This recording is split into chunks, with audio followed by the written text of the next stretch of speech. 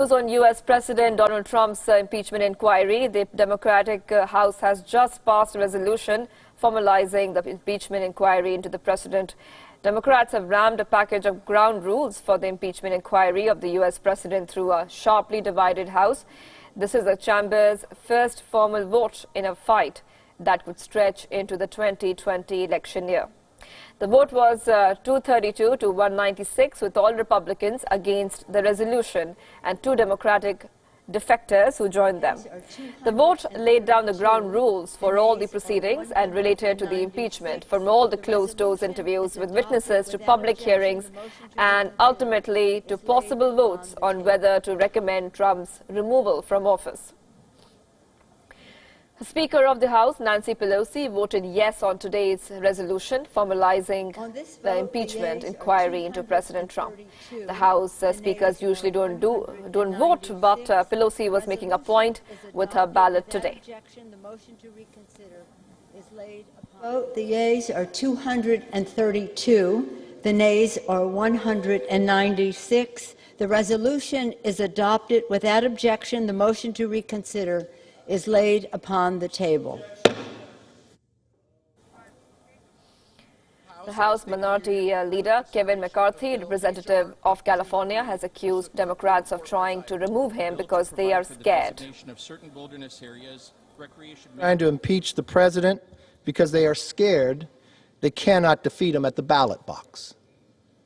That's not my words. That's the words of my colleagues from the other side of the aisle that has offered impeachment 3 different times.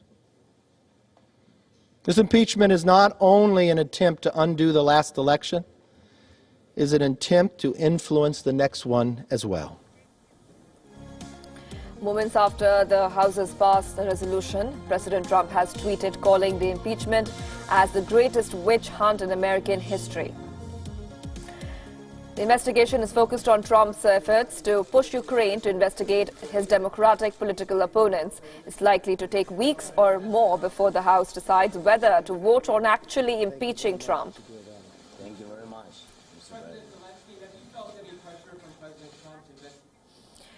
In a big development, the NSO, the sued Israeli surveillance firm, has released a statement regarding the lawsuit filed by Facebook. The statement reads, and I quote here, "In the strongest possible terms, we dispute allegations and will fight them.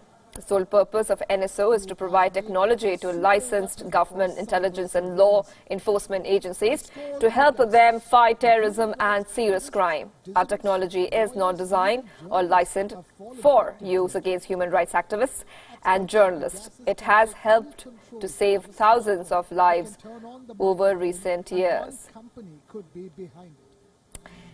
The Israeli firm has further said that strongly encrypted platforms are often used by drug kingpins and terrorists to shield criminal activity. They say without sophisticated technologies, the law enforcement agencies face hurdles. The group, however, says that it will not disclose who is or is not a client due to contractual constraints. There was something different about it. The Indian government has asked WhatsApp for an explanation on the snowballing snooping scandal. The Information Technology Ministry has asked for a detailed response from WhatsApp on the issue of an Israeli spyware that allegedly targeted Indian journalists and human rights activists through its platform. The ministry has written to the Facebook-owned messaging company seeking its response on the matter. A Facebook-owned WhatsApp had earlier confirmed that Indian journalists and human rights activists were among those globally spied upon by an Israeli spyware called Pegasus.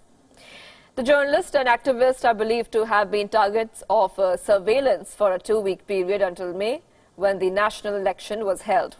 The users were informed about the hacking spree just before Facebook sued the Israeli cybersecurity company NSO on Tuesday. A WhatsApp parent company has alleged that NSO had spread malware to around 1,400 users across 20 countries.